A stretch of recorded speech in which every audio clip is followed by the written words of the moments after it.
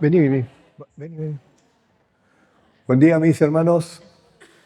Aquí estamos escapados recién del PAMI. Y ustedes hablando de pepitos. Bueno, pero así como nos ven, este año estamos cumpliendo 50 años de casados. Nuestras bodas de oro. Y casi los mismos años de ministerio pastoral y misionero. Y estamos más que agradecidos a Dios que nos haya puesto sus ojos en nosotros y nos haya llamado para este servicio que no lo cambiamos por ningún otro. Así que estamos contentos de poder estar aquí y compartir con ustedes este tiempo. Es enriquecedor para nosotros también. Me iba a ilustrar un poco lo que voy a compartir, lo que vamos a compartir, y nos han pedido que compartamos algo del ADN misionero del corazón misionero. Y fíjense qué coincidencia, en la provincia de Misiones, un congreso misionero, y hablando de ADN misionero también, como todo tiene relación con todo. Pero a decir verdad, si nos hubiesen preguntado cuando éramos niños acerca de si teníamos este ADN o si teníamos inquietudes misioneras, hubiésemos respondido tal vez con un no rotundo, porque para nosotros los misioneros eran los que se morían allá, o los que iban a un lado sin saber cómo les iba a ir, o nos leían las historias como la de Allen Gardiner, de que se vino a las misiones a evangelizar a los nativos de la Patagonia, y ¿cuántos convertidos tuvo? Ninguno. ¿Cómo le fue? Toditos, el equipo original, se murieron de hambre. Entonces, wow, para nosotros eso eran los misioneros, más o menos para cuando nacimos nosotros, los que fueron a Centroamérica y que se los comieron o los mataron los nativos, los aucas. También para nosotros eso eran los misioneros, o el apóstol Pablo sufriendo aquí, apedreado en otro lado, encarcelado, azotado. Entonces, ¿qué ADN misionero? Ni ahí nosotros tener este tipo de cosas. Pero bueno, llevamos vivido con mi esposa todos los años de casado en la misma provincia del Chubut, allí en la Patagonia, una provincia muy amplia, muy extensa, más o menos a grosso modo 600 kilómetros de ancho por otros 600 de norte a sur. Una provincia que amamos realmente profundamente, y paradójicamente a esto que decíamos al comienzo, de no sentir que teníamos el ADN misionero, llevamos casi los mismos años, 48 años de ministerio misionero pastoral con mi esposa, y es algo que no cambiaríamos por nada del mundo. Allí están esos jovencitos, pichones, recién casados, habiéndole dicho al Señor, si nuestra vida te sirve para algo, podés usarla, podés disponer de ella. De estos años de ministerio, los primeros 13, casi 13 años, los vivimos en Puerto Madryn, sobre la costa atlántica, una ciudad turística muy linda, que cuando llegamos nosotros tenía apenas 5.000 habitantes y hoy tiene 100 y tantos mil habitantes. Ha crecido mucho por la fábrica de aluminio Aluar, que ha ido mucha gente a vivir a aquel lugar. Y los últimos 34, casi ya 35 años, estamos radicados sobre la otra punta, sobre la cordillera, casi límite con Chile, a pocos kilómetros de distancia, en Esquel, donde en esa época no había obra de nuestra denominación, y entonces sentimos de parte del Señor como que quería que estuviésemos en este lugar.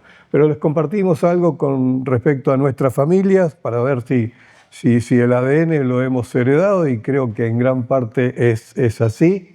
Mi esposa nació en Bariloche, donde el primer misionero y pastor de la iglesia original de allí, la primera iglesia bautista, fue él, año 47. Mi suegro se fue como soltero a aquel lugar, al año siguiente se casan, y desde entonces estuvieron alrededor de 7 años en Bariloche. Fueron los primeros misioneros bautistas en aquella ciudad. Allí nació Mimi, allí nació su hermano también.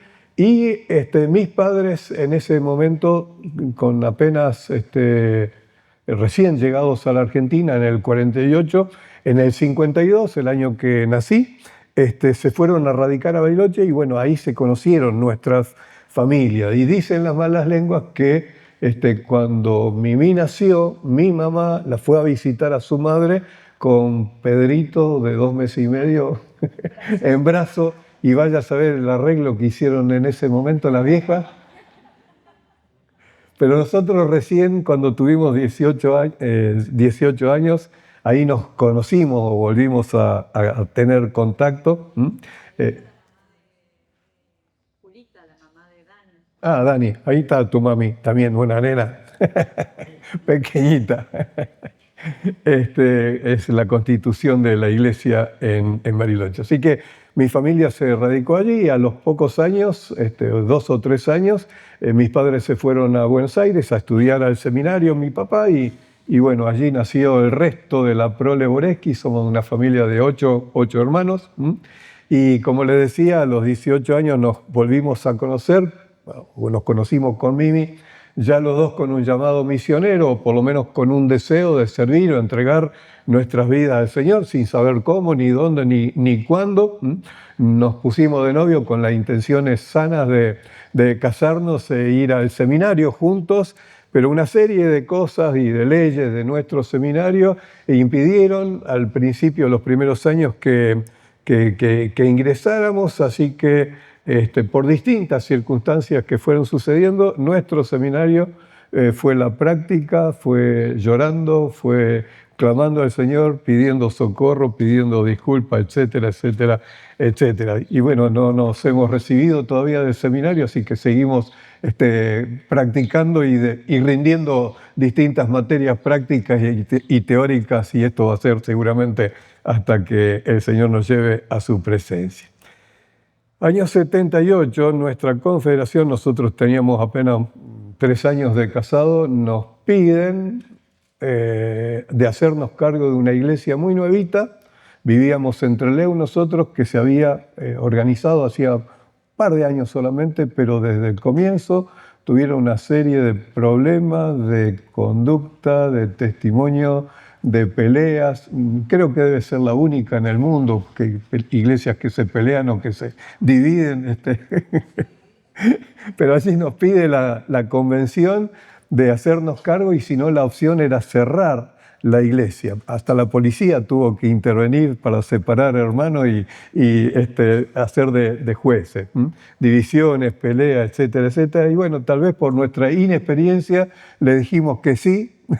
Si hubiésemos tenido unos años más o un poco más de experiencia, lo hubiésemos pensado 2 veces, pero usó eso el Señor para meternos de lleno en la obra del Señor y en la obra misionera. Muy jovencitos, sin experiencias, sin mucha preparación académica, pero bueno, a partir de allí el Señor, siempre decimos que el Señor no llama a los capacitados, sino sí es cierto que capacita a los que Él llama, y bueno, entendemos que el Señor sigue haciendo esta tarea con nosotros también. Ese fue nuestro seminario y sigue siendo nuestro seminario, la práctica y por supuesto el estudiar por nuestra cuenta también, con errores, con lágrimas, con oración, con pedido de disculpa y con SOS, pero bueno, eso...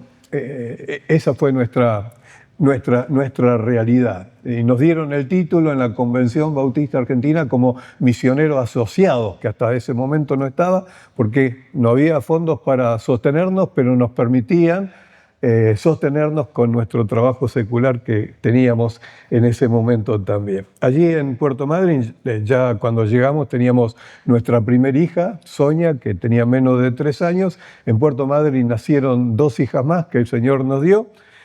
Y la tercera, Laurita, al año siguiente, nació en el 83, y al año siguiente el Señor se la llevó a su presencia, muerte súbita, quedó dormidita con 6 meses y medio, así que fue un golpe duro para los misioneros, y también una materia que el Señor permite que a veces que la rindamos y capitaliza, así como Rubén decía, conozco la realidad de los chicos porque yo también viví. Bueno, Dios capitaliza también las lágrimas, capitaliza los momentos duros de la vida para utilizarlo en su obra también. Nunca hace sufrir porque sea un Dios sádico o que quiere vernos sufrir, sino porque eso después el Señor lo va a utilizar para su gloria también. Fue duro, pero también fue muy grande la contención y el amor que recibimos de parte del Señor, el consuelo, el abrazo de Dios, el abrazo de toda la familia de la fe también. Y después nos dimos cuenta que esa experiencia tan dura para nosotros, Dios la utilizó para que nosotros ayudáramos a otras familias a venir a los pies de Cristo por haber perdido justamente un hijo de temprana edad. Así que todas esas experiencias que vivimos de niños y a veces que son dulces, otras veces son amargas, otras veces son duras y difíciles de pasar, Dios la capitaliza y con eso creo que va formando el ADN misionero de cada uno de aquellos a quien Él llama para su tarea también. Desde el año 91, principio, enero del 91, fuimos a radicar, como les decía, a Esquel y con el propósito de iniciar obra de nuestra denominación en esta ciudad, que era la quinta ciudad en importancia de la provincia y que no tenía obra de nuestra denominación bautista. Y entonces allí sí fue un proyecto misionero familiar, ya consensuado, charlado con nuestras dos hijas, la mayor tenía 15, la menor tenía 8, y allí nos fuimos a vivir a Esquel. Y una pregunta de la hija más chica de 8, que siempre son los preguntones. Primero nos había dicho, y le contaba ayer un poco al pastor Rubén, ¿cómo va a hacer Dios para decirnos si quiere que vayamos a vivir a Esquel? Ni idea, le digo, pero si Dios quiere que vayamos a vivir a Esquel, de alguna manera lo va a mostrar y bueno, en otro momento a lo mejor con lujo de detalle podemos decirles cómo Dios fue mostrando paso a paso y no quedó ni una duda de que era Dios que nos llevó a ese lugar. Pero esta misma hija, Sandrita, la menor hoy nuestra, nos hace la pregunta cuando llegamos a Esquel, ¿cómo vamos a hacer para empezar una iglesia sin gente? Qué linda pregunta, le digo. Pero ¿qué te parece si vos en la escuela vivís la vida cristiana, Sonia de la misma manera, mamá en el jardín, como maestra jardinera le dieron trabajo enseguida, y viviendo la vida cristiana en el barrio, a lo mejor Dios va a usar eso para empezar a traer gente nueva, y de hecho fue así como arrancamos. Primero en el living de nuestra casa, los 4 solitos, teníamos nuestro culto, nuestra escuela dominical, nuestro estudio bíblico, etcétera, etcétera. Y de repente un domingo una señora viene a golpear la puerta en la hora que estábamos justamente reunidos y dice, perdón, por casualidad, ¿acá no vive un pastor bautista? Sí. ¿Quién le mandó esto? Si no existía la palabra bautista en Esquel. ¡Ay! Ustedes son la respuesta a mis oraciones, dice ella. Mucho tiempo oré para que haya una iglesia bautista. Se había convertido en Bahía Blanca, en una iglesia bautista, vivía en Esquel y no había obra bautista. Entonces teníamos ganas de decirle, usted es la culpable por la que nosotros estamos aquí. Pero son los caminos y las formas que el Señor tiene, ¿no? Bueno, al poco tiempo, todos los compañeros de secundaria de Sonia, la escuela estaba a 4 cuadras y media, 5 cuadras, en las horas libres se escapaban a casa a venir a tomar mate, los fines de semana a comer pizza, armamos una mesa de ping-pong, a jugar al ping-pong, y uno de esos sinvergüenza después se casa con mi hija Sonia. Y hoy es pastor ordenado, así que sangre joven en la congregación y damos gloria realmente a nuestro Dios. Ahora les cuento que nosotros armamos, como que teníamos el proyecto al llegar a Esquel, bueno, vamos a hacer un templo bonito, que el Señor nos permita hacer un templo bonito, acorde a la arquitectura alpina o andina del lugar, que llame la atención, siempre los templos como se hacen apurados y bueno, algo provisorio para arrancar, algo cuadrado que nadie sabe si es un taller mecánico, si es...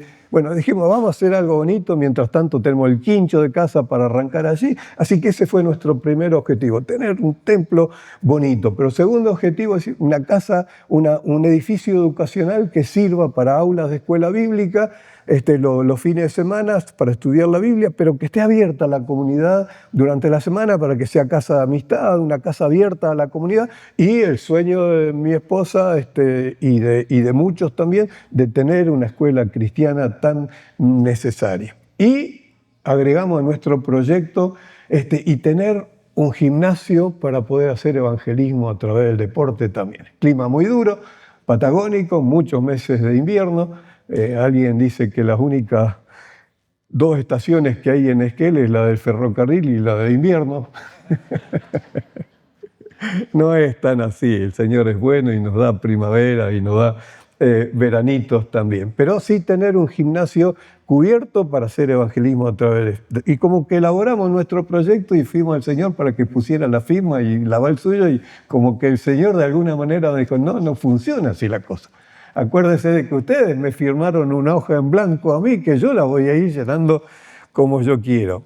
Pero con esa mentalidad que teníamos, o ese deseo en el corazón, pudimos adquirir los 3 terrenos que hoy tenemos de la iglesia, pero distintos proyectos de construcción como que se fueron abortando por distintos motivos, que no daba esto, que no daba lo otro, que esto...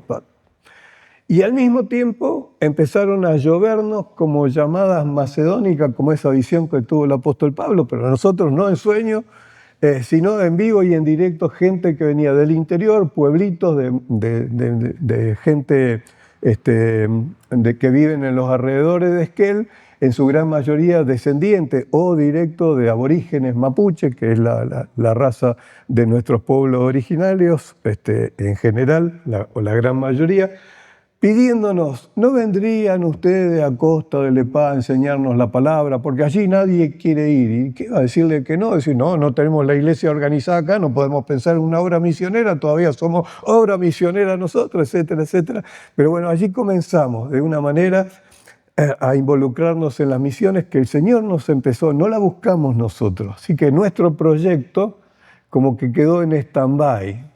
Y al mismo tiempo que comenzábamos a tener reuniones y ganar gente nueva en Esquel propiamente dicho, nos involucramos en un pueblito, en otros pueblos de alrededor, de pocos habitantes y cercano a Esquel, bueno, cercano, 100, 120 kilómetros, 130, 140, llegamos a tener 7 obras misioneras, de las cuales 4 de esas ya tienen su lugar físico, escriturado, con un templito o las necesidades mínimas como para comenzar iglesia, un templito, una cocina, los bañitos y en algunos casos un pequeño departamento para misioneros, etcétera, etcétera. Y que ahí se fueron muchos de los fondos, no nuestros, sino que el Señor proveyó, pero de lo que pensábamos en nuestro gran proyecto, templo y esto y lo demás allá.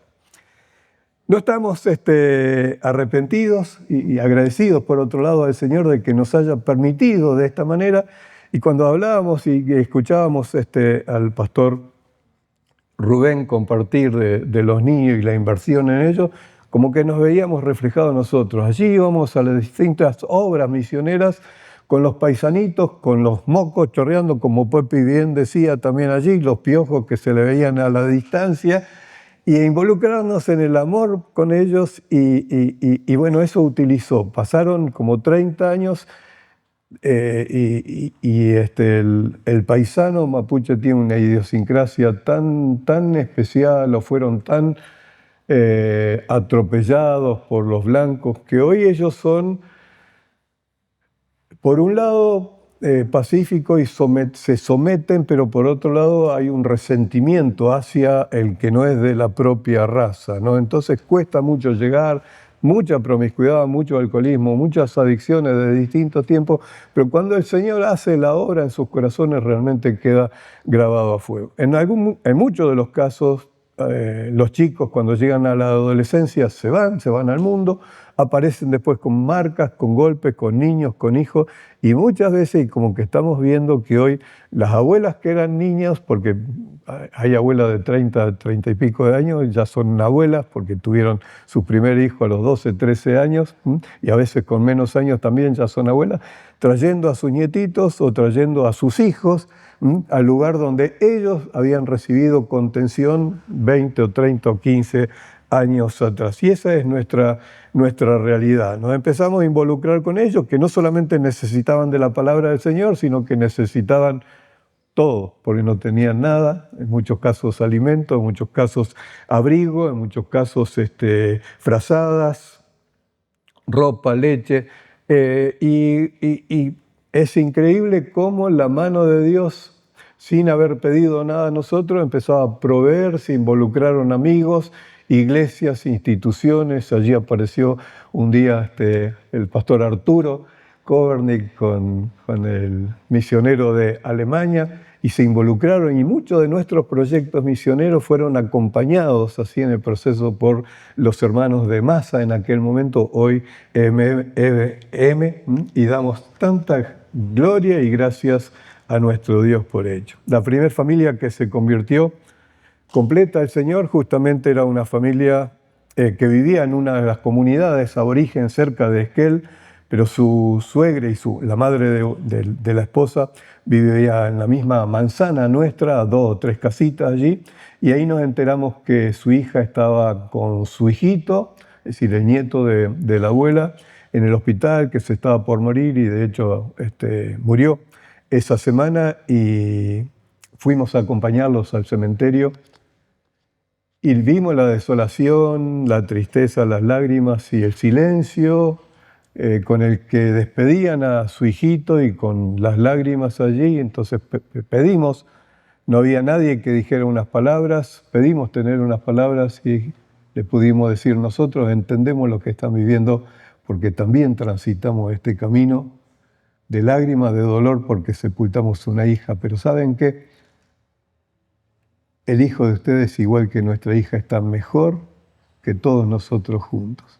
Y le dijimos: sobre la tumba de nuestra hijita escribimos el texto con palabras de Jesús que dice: dejen los niños venir a mí, no se lo impidan, porque de ellos es el reino del cielo. Pudimos tener una oración, unas palabras de consuelo, y toda la familia se convirtió, y de hecho muchas familias de alrededor, es decir, allegados a ellos, parte de su familia extendida, también vinieron a Cristo por esa dura crisis y prueba que Dios. Y allí comprendimos un poquitito de esas preguntas que no tienen respuesta, de por qué Dios permite que se lleve Dios a un hijo. ¡Pum! Un hijo que no pedimos, y que incluso había riesgo para la madre porque estaba muy cerquita del nacimiento de la otra hija, y sin pedirlo, Dios se lo lleva sin preguntarnos. Y entonces entendimos que, bueno, capitalizar eso, podíamos habernos resentido, enojado con Dios, pero preferimos dejarnos abrazar por el consuelo de Dios, y después con el tiempo capitalizar eso para llevar consuelo a otras familias también.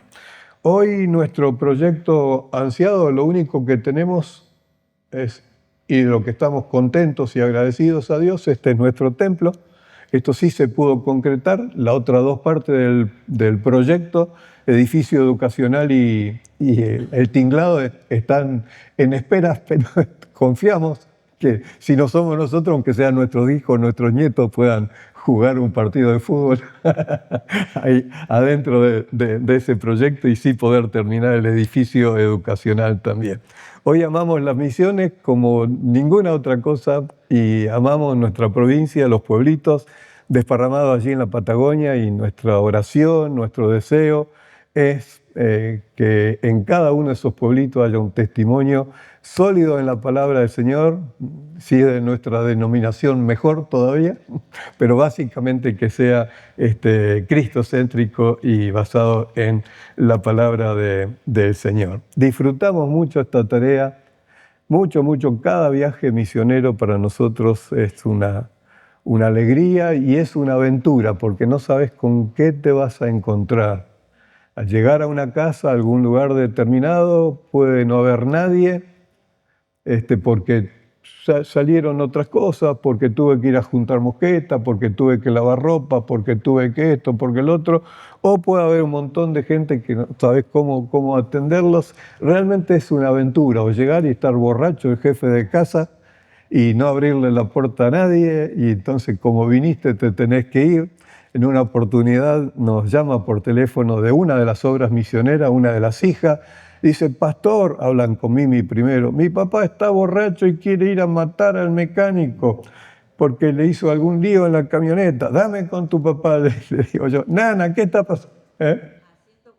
140 kilómetros. Nana, ¿qué pasa? No, porque se piensan, porque uno es paisano, y empieza a decir algunas malas palabras mezclado con algo de aliento a vino y demás. No, no es así como funciona el asunto. Espéreme, yo voy para allá. En un ratito llegamos 140 kilómetros. Imagínense la ambulancia rajando para allá. Y cuando llegamos, allí estaban las tres hijas, la esposa arrinconada así contra un lugar, él sentado empacado, como son los paisanos, así contra el fogón. ¿Y qué pasa, nana? En el nombre del Señor, vamos a ir a ver al mecánico a ver de qué se trata. No, porque piensan y qué sé yo, y que lo voy a tiro y... Vamos a orar y vamos a ir en el nombre del Señor, nana, ¿no? Entonces oramos, nos abrazamos, y cuando yo lo abrazo siento algo duro en el pecho. Le levanto el saco, tengo un pistolón así grandote. No, le digo, vamos a ir en el nombre del Señor, no hace falta esto. ¿Qué quiere, que me vaya desnudo? Dice el pastor. No, bueno, por respeto a usted lo voy a dejar. Y entonces se estira para poner arriba del modular la pistola, el revólver, no sé qué lo que era. Y cuando se estira, a mí le mira de atrás del saco, salía un cuchillo así. Entonces ella, con eso tampoco, nada. ¿Pero qué quiere, que me vaya desnudo? No, vamos con el Señor. Y bueno, al ratito fuimos, no pasaba nada, eran películas que se hacen los paisanos, pero bueno, después al regreso, ya solucionado el conflicto, el problema, le prometió a Mimi que no iba a tomar más, que cuando él se sentía mal o triste, el refugio era el alcohol, etcétera, etcétera. Y bueno, creo que en gran parte cumplió Nana de esto, de no haber tomado, por lo menos tanto como tomaba antes. No me quiero meter la mano en el fuego en este sentido tampoco. Pero mis hermanos, si hoy el Señor nos permitiera volver el tiempo atrás, no dudaríamos un solo instante de recorrer el mismo camino que hicimos, y aún siendo pibes, sin experiencia, sin nada, decirle, Señor, si sirve mi vida, la pongo en tus manos, porque no hay mejor cosa que llegar a viejo. Tampoco la pavada, ¿no? También habiendo invertido o gastado nuestra vida en los caminos del Señor. Hoy nuestras hijas aman al Señor también. Uno de los yernos es pastor, a la par nuestro, el otro es tan pastor como solo que sin ordenación, pero fieles, predican, dirigen las hijas la alabanza, la adoración. 5 nietos nos dio el Señor, de los cuales estamos orgullosos y contentos. Todos, por supuesto, pasaron por el Pepe. ¿Todos? ¿O algunos? Los más chiquitos, ¿no? Uno está con una beca en Estados Unidos, el más grande de los varones, porque es atleta, tiene condiciones atléticas como el abuelo. Así que le dieron una beca para estudiar en una universidad bautista en Mississippi, en Estados Unidos, así que algo milagroso que solamente el Señor puede hacer. Pero queríamos terminar, por lo menos la parte mía, diciéndoles de que cuando en mi adolescencia, que se lo llamaba intermedio en esa época, bueno, era ni una cosa ni la otra, intermedio. Nuestra líder del grupo era la esposa del pastor, Turrisi, todavía viven los dos jubilados en cerca de Mar del Plata. Y ella en una oportunidad, una tarde, un sábado, nos leyó una poesía que se llama La oferta del maestro. Y esa poesía, con 15, 14 años, fue un dardo de Dios a mi corazón. Y yo le dije, Señor, yo no quiero que pase con mi vida lo que pasó con el personaje de esta poesía. ¿Se las puedo leer? Y con esto termino. La oferta del maestro. Era primavera. La mañana hermosa, llena de fragancias, de trinos, de sol, se infiltraba alegre y gozosamente dentro de los pliegues de mi corazón. Y el maestro vino, me habló quedamente. ¿Irás a mis campos como sembrador?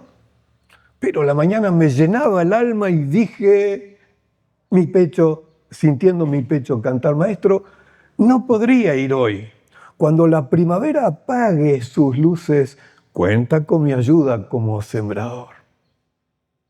Y era en el verano. La aurora nacía en una explosión de calor y luz. Todo lo incendiaba con chispas de oro. Todo lo cubría con regio capuz. Y el maestro vino y otra vez me dijo, la semilla tierna no irás a cuidar. Pero era tan lindo el destino que dije sintiendo mi pecho cantar, cuando del verano se extinga la gloria, iré a tus campos gozoso a cuidar. Y llegó el otoño, el primer rocío que cayó abundante sobre la amplia mies y puso en el aire su alto sedante y con mano piadosa refrescó mi sien. De nuevo el maestro se acercó y me dijo, mis maduras mieses no irás a cegar. Si no te demoras, aún llegas a tiempo. Mas dije, maestro, déjame quedar. Cuando haya gustado la ambrosía de otoño, correré a tus campos y podré cegar. Y el invierno vino. Todo estaba blanco. Hacía mucho frío, no brillaba el sol. La nieve y el hielo lo cubrían todo y hasta se acercaban a mi corazón. Y entonces voluntariamente me ofrecí al maestro, todo se lo di. Todos mis esfuerzos, todos mis anhelos, todo don precioso que habitaba en mí. Mas él tristemente movió la cabeza. Pasó la cosecha, dijo. Solo hay un poco de trigo que quedó a la espera que tú voluntariamente fueraslo a juntar. Y como no fuiste, aún está en el campo. Y fue tu descuido el que lo dejó. El placer del año gozaste afanoso cuando yo llamaba, no oíste mi voz. ¿De qué sirve ahora tu arrepentimiento? ¿Qué será del trigo que no se juntó? Que no pase con nosotros esto. Doy gracias a Dios por tanta juventud, tanta gente linda, joven, que está con las manos puestas en el arado y que le han dicho también al Señor, Señor, contá con mi vida, no sé dónde ni cuándo, aunque ya lo sepan, pero contá con mi vida, te quiero servir, no quiero que llegue el invierno sin darte solamente migajas, que también las aprovecha el Señor, pero darte solamente migajas de mi vida. Dios les bendiga mucho.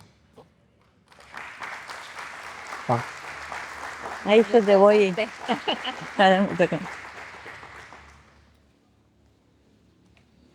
¿Otro break?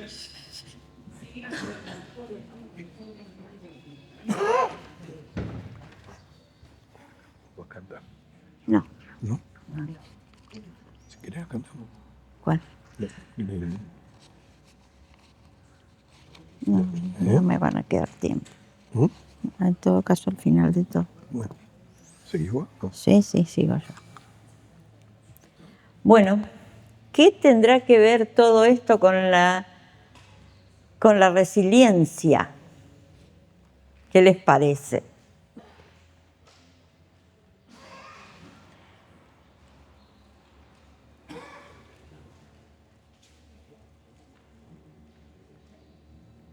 Escucho propuestas.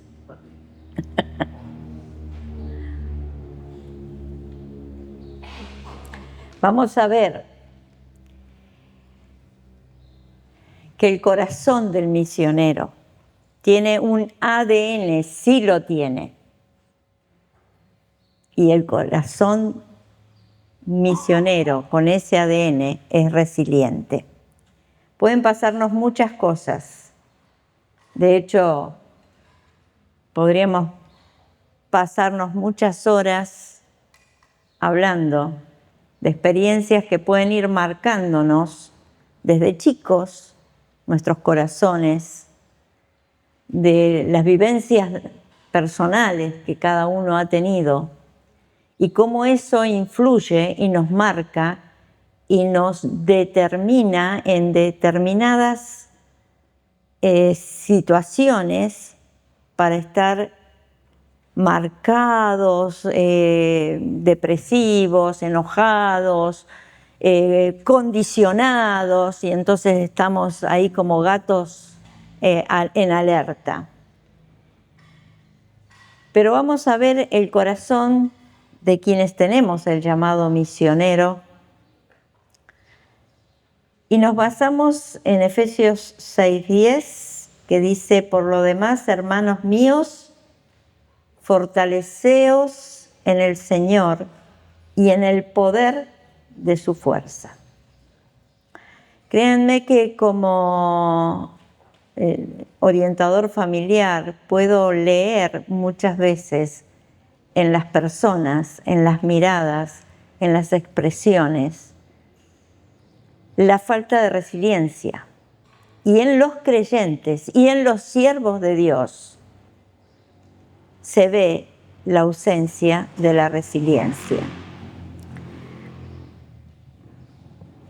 Este ADN misionero viene de Dios. Juan 3:16, ¿qué dice? ¿Lo podemos repetir? Amó Dios al mundo que ha dado a su Hijo unigénito para que todo aquel que en Él cree no se pierda, mas tenga vida eterna. Y Hechos 1:8 dice: pero recibiréis poder cuando haya venido sobre vosotros el Espíritu Santo y me seréis testigos en Jerusalén, en Judea, en Samaria y hasta lo último de la tierra.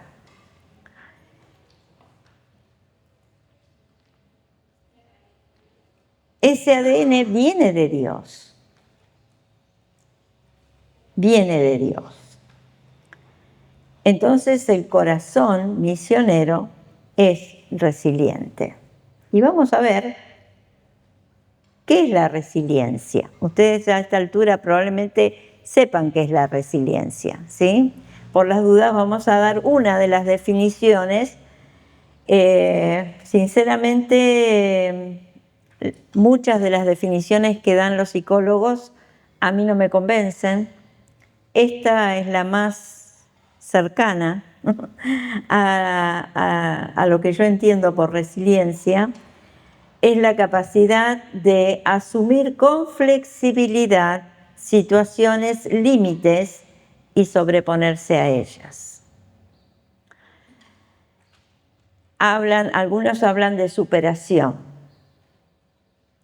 Y entonces yo les pregunto, ¿la muerte de un hijo se supera?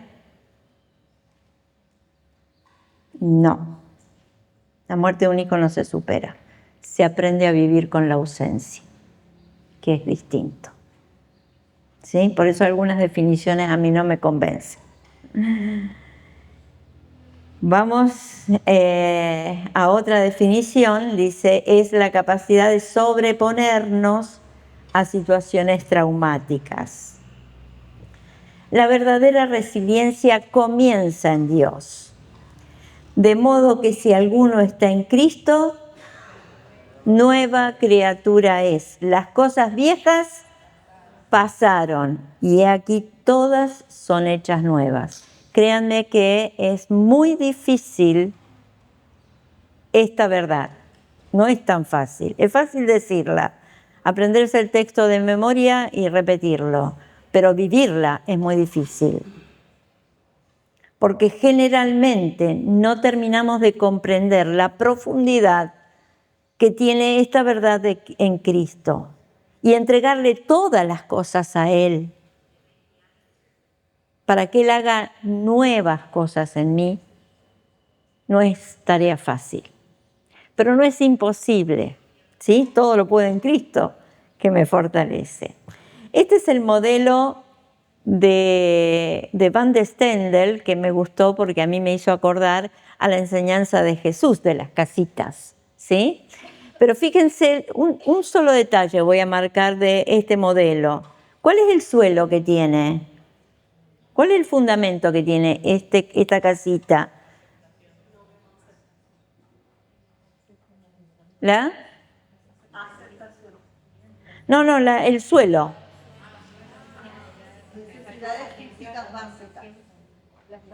Las necesidades físicas básicas. Ellos parten, esta línea de psicología parte desde lo biológico nada más. Pero nosotros no somos solo biológicos, ¿sí? Entonces yo pensé en la casita como la piensa Cristo, ¿sí?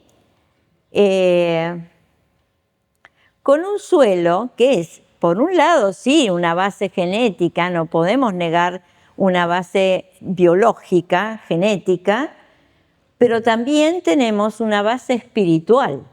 Somos seres espirituales. Y entonces, como cristianos, nosotros tenemos el fundamento que es Cristo. Y debe ser nuestro fundamento. Tenemos que ser muy coherentes en esto, ¿sí? Y nuestra autoestima y aceptación fundamental como personas nace desde allí. Después vienen las redes de contactos informales, amigos y demás, que van formando la persona, ¿sí? Pero el que se encontró con Cristo, todo eso de abajo se reforma, se transforma, ¿sí? Se genera algo nuevo. La capacidad de descubrir un sentido de coherencia en la vida y dominio propio en la vida. Muchas veces la falta de resiliencia tiene que ver con este aspecto, la incoherencia con la que vivimos. Pensamos de una manera, sentimos de otra, hablamos de otra, decidimos de otra y hacemos otra. Estamos desestructurados totalmente.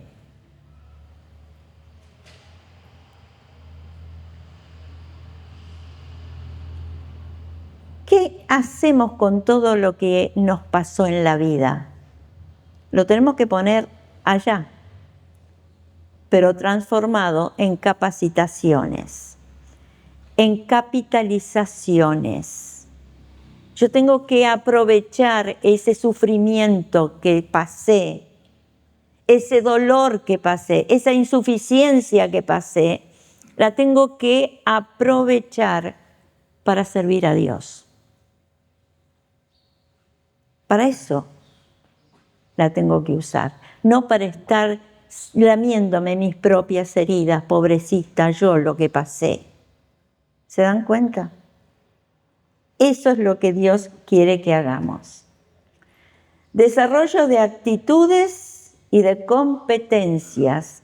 Al ejercitar todo esto, voy a ir transformando aún mis propias capacidades, porque voy a tener que perfeccionarme, voy a tener que trabajar, voy a tener que estudiar y voy a tener que ponerme a trabajar sobre mis actitudes y competencias y buscar las estrategias de adaptación.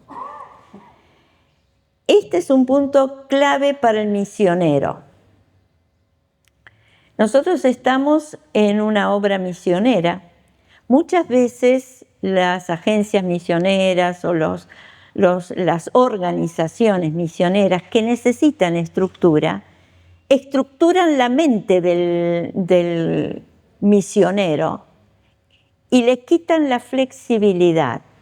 Pero nosotros estamos en una zona, que siempre decimos con Pedro, si van a mandar un misionero al exterior, al campo misionero afuera, primero mándenlo a la Patagonia.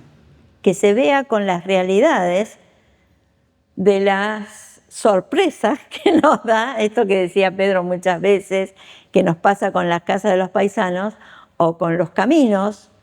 Yo siempre pongo el ejemplo, un año había venido venía una brigada de Estados Unidos, 10 hermanos que pagaron su pasaje para venir a trabajar y estar 15 días o 10 días en Esquel, dando talleres y capacitaciones y haciendo trabajo con los bomberos y con este y con este.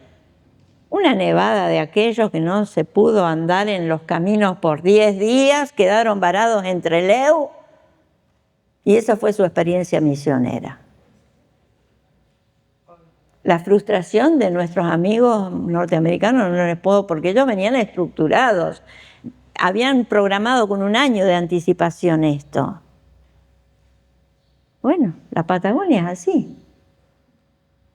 No tenemos otra forma de solucionarlo, ¿sí? Entonces, el misionero tiene que ser lo suficientemente flexible para saber qué hacer en caso de una emergencia. Ahí estamos, en el altillo de la casa, ¿sí? ¿Y cuál es el límite? ¿Cuál es tu límite? Los límites personales se construyen. Dios no te puso límite. Te los pones vos sola o vos solo. No te pongas límites. Deja que Dios haga en tu ser. No te pongas límites, porque no sabes lo que Dios quiere hacer con vos. No te limites vos. ¿Sí? Yo a veces escucho, no, yo ya no, esto no, porque yo ya no. Esa persona se está autolimitando, ¿sí? Desafíate, no te rindas. Y vas a llegar a los 97 como a mi mamá, que estaba postrada ya en una silla de ruedas y su mente seguía activa y seguía estudiando y seguía preguntando y seguía conectando y escuchando las noticias y tremenda, ¿no? No nos limitemos, ¿sí? Esto es la resiliencia. Ahora, vamos a ver, y en estos talleres, en este taller vamos a ver solamente, si alcanzamos, 2 de los elementos primordiales de la resiliencia. Pilares, porque la resiliencia se fundamenta en pilares. Los 2 más importantes, los 2 básicos que hay que trabajarlos, uno es la introspección. ¿Qué es la introspección? Es la capacidad de pensarnos a nosotros mismos. Eso es la introspección. ¿Sí? Ahora, si nosotros intentamos hacerlo fuera de Dios, podemos tener serios problemas. Por eso, quienes acuden a psicólogos que no son cristianos, en este aspecto pueden tener serios problemas. Uno de esos es que el psicólogo le diga, no, vos sos un víctima de las situaciones, vos no tenés la culpa, vos tenés que, y bueno, viví con eso porque vos sos producto del medio ambiente o producto de la mala decisión de tu mamá o de tu papá Nosotros nos tocó trabajar con una chica con actitudes violentas y un día, la segunda vez que yo la iba a ver, la encuentro color gris, así como la remera tuya, así, la cara, y dura. Y le digo, ¿te pasa algo? Sí, me dice, yo ni la conocía, era la segunda vez que la veía. Fui a la psicóloga del hospital. Si yo me encontraba a mi mamá en la calle, hoy la mataba. Menos mal que no la encontré, porque la mataba, ¿eh? Una mujer que boxea, que juega al fútbol, que no tiene problema de trompear a un hombre, por más grande que sea el hombre, hacha árboles, baja montes como cualquier hombre, así que realmente le iba a matar. Le digo, ¿pero por qué? ¿Qué te dijo? ¿Por qué venías así de la psicóloga? Porque me dijo que por culpa de ella yo soy así. Sinceramente, dos dedos frente, el profesional que le dijo eso. Como a una mujer con actitudes violentas le vas a decir semejante cosa. Ahí tenés que entrar a trabajar de otra manera, ¿sí? Bueno, la introspección es aprendernos a pensar, pero de la mano de Dios. El otro elemento es la autoestima, que son los dos ejes fundamentales, ¿sí? Todos son importantes, pero estos dos son fundamentales realmente porque los tenemos que trabajar desde abajo, ¿sí? La autoestima, tenemos que aprender quiénes somos y para qué estamos. Acá yo puse la cita de Mateo 7, 24 y 27 y ¿se acuerdan qué era este pasaje? El hombre sabio y el hombre necio, ¿sí? Ustedes después lo buscan y lo analizan o anoten las ideas que tienen ahí, porque es muy lindo trabajarlo con los nenes esto también, ¿sí? No solamente contarles la historia como historia, sino que ellos puedan ir aplicando qué significa eso en sus vidas. El hombre sabio y el hombre necio. ¿Por qué? Porque nosotros somos seres espirituales, básicamente. Dios nos dio un cuerpo, sí, nos dio la parte biológica, y en algunos bastante abundante. Pero nos ha dado una mente, una voluntad, emociones y un espíritu que trasciende a todo nuestro ser. Por eso el espíritu en la lámina está cortando, está atravesando la mente, la voluntad y las emociones. Y ese es el que se conecta con Dios. Cuando nosotros hemos pecado y nos hemos alejado de Dios por el pecado, se corta esa relación. Pero Cristo vino para volver a unir nuestro espíritu y darle vida y conectarnos con Dios. Con ese Dios que nos dio trascendencia, con ese Dios que nos dio eternidad, con ese Dios que es un ser comunicacional y quiere comunicarse con nosotros.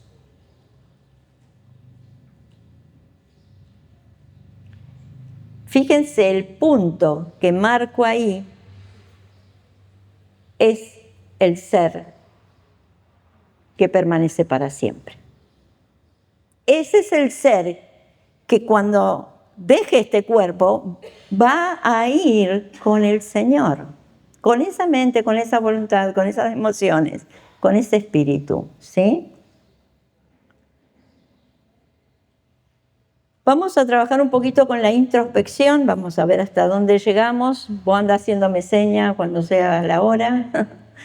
La introspección es aprender a pensarnos, como dijimos, y entonces vamos a preguntarnos cuáles son mis pensamientos. Ustedes van a tener allí una ficha, que esas las vamos a llenar a la tarde porque son para llenar con el equipo.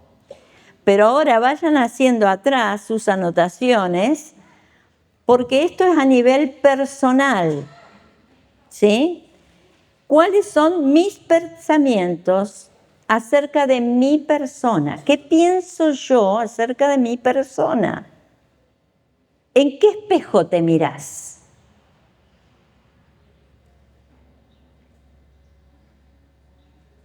¿en qué espejo nos miramos?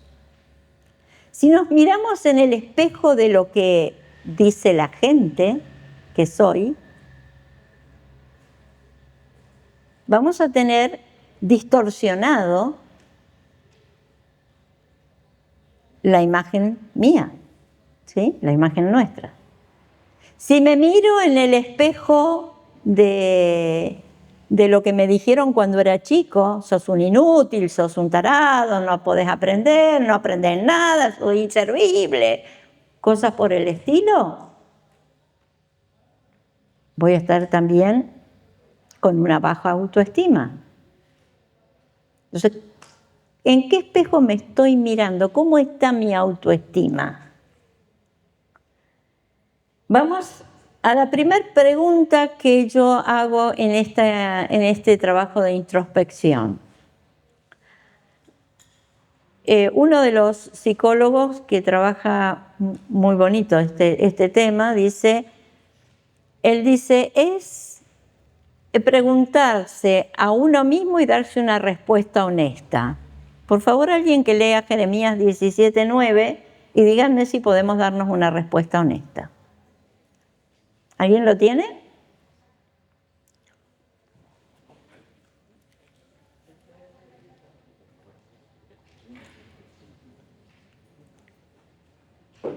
No me lo sé de memoria, pero quiero que lo lean. Engañoso es el corazón más que todas las cosas y perverso. ¿Quién lo conocerá? ¿Cómo es nuestro corazón? Engañoso. Entonces, los pensamientos que mi corazón me está diciendo, que mi mente me está diciendo sobre mí, no es verdad. No es verdad. Así yo me la crea, digo, ay, yo soy, soy superior a. No te lo creas. Y si te está diciendo que sos inferior, tampoco te lo creas. ¿Sí? Porque te está engañando. Tu corazón es engañoso. Pero además de engañoso, dice algo más. ¿Es? ¿Qué es perverso?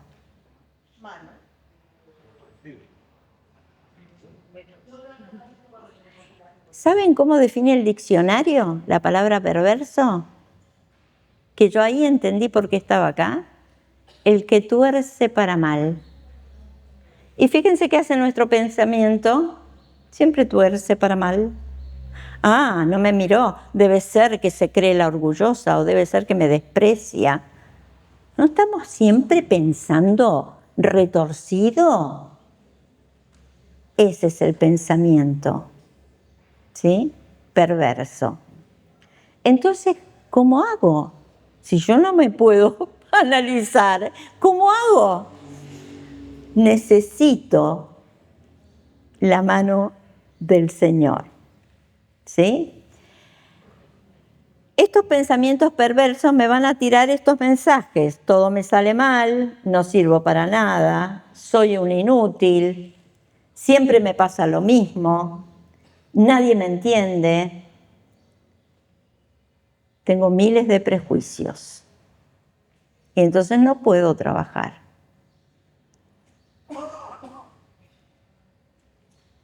¿Qué nos dice la palabra de Dios? Y ahora vamos al Salmo 139, los versículos del 1 al 4. ¿Lo quieren leer?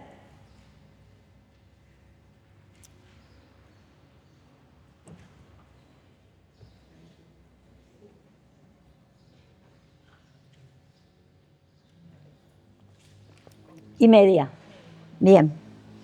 Nos quedan 8 minutos, exactamente. ¿Qué nos dice ese salmo? Por favor, sean ágiles en buscar porque así no perdemos tiempo.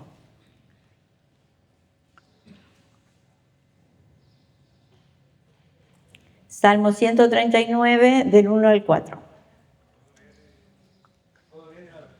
Sí, sí, sí. Dios mío, tú me conoces muy bien, sabes todo acerca de mí. Sabes cuándo me siento y cuándo me levanto. Aunque esté lejos de mí, me ves los pensamientos. Sabes lo que hago y lo que no hago. No hay nada que no sé.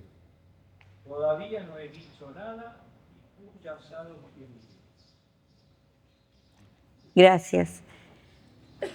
¿Quién me puede ayudar? No el chapulín colorado, ¿eh? Acá el único que me puede ayudar es Dios, que lo sabe todo de mí. ¿Sí? Es el único que sabes lo que pienso, sabes lo que digo, sabes lo que hice y lo que dejo de hacer, sabes lo que intento, sabes lo que pasé, sabe todo. Entonces es el único que me puede ayudar, Dios. Y entonces acá necesitamos esta otra parte. Él puede examinarnos, pero no lo va a hacer a menos que se lo pidamos. Él no lo hace si no se lo pedimos. Entonces vienen los versículos 23 y 24. Examíname, oh Dios, y conoce mi corazón. Pruébame. Ahí está. Y ve si hay en mí camino de perversidad y guíame por el camino eterno. ¿Sí? Ahí está la intención de pedir ayuda a Dios. Quien hace esto empieza el camino de resiliencia, empieza el camino de sanidad, pero recién lo empieza. ¿Saben qué me pasa cuando yo doy ayudo a las personas con el programa de resiliencia? Vienen, le enseño esta técnica, se sienten mejor. Yo ya hice resiliencia. Y se van. A los 2 días ya está otra vez para atrás. Romanos 12:2 nos dice: no imiten las conductas ni las costumbres de este mundo, más bien dejen que Dios los transforme en personas nuevas al cambiarles la manera de pensar.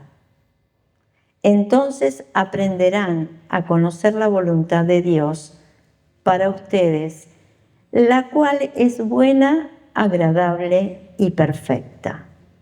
Acá tenemos 2 versiones, por lo menos está la Reina Valera, que dice: transformaos por medio de la renovación de vuestro entendimiento. ¿Sí? Entonces, transformaos. ¿Quién? Yo. La otra versión dice, la versión popular dice: cambien la manera de pensar para que cambie la manera de vivir. ¿Quién? Yo. Acá nos da un toquecito delicado, porque si yo tengo mis pensamientos son perversos, yo sola no voy a poder hacerlo, ¿sí? Acá nos está diciendo: dejen que Dios transforme, pero acudan a Dios y déjenlo obrar, ¿sí? Dejen que Dios transforme. Tenemos este pasaje que vamos llamándolo de higiene mental. Nosotros tenemos que sacar la mugre que hay, ¿sí?, en nuestro cerebro acerca de nosotros mismos, y este nos ayuda. Romanos 4:8. Por lo demás, hermanos, todo lo que es verdadero, todo lo que es honesto, todo lo que es justo, todo lo puro, todo lo amable, todo lo que es de buen nombre, si hay virtud alguna, si algo digno de alabanza, en esto pensar. Sí, Filipenses 4:8. Está mal la cita, sí, Filipenses 4:8. Lo dije en Filipenses y lo puse en Romanos, sí. Gracias por... Creo que allá ya la tenía cambiada y no la cambié acá. Entonces, vamos a llegar hasta ahí, ¿sí? Hasta acá vamos a llegar ahora todo lo que era de introspección. Yo los animo a que ustedes, a nivel personal, puedan hacer este ejercicio, si tienen un ratito, tomarse un tiempo con el Señor a solas y escribir qué piensan de ustedes mismos. ¿Cuáles son los pensamientos que tienen acerca de ustedes mismos? ¿Sí? A la tarde vamos a ver el pedacito que nos queda porque lo hacemos bien acotado, lo de autoestima, y vamos a trabajar en los grupos, cada Pepe va a trabajar con su equipo sobre las fichas que tienen allí para trabajar, ¿sí? Y así podemos compartirlo. Pepi.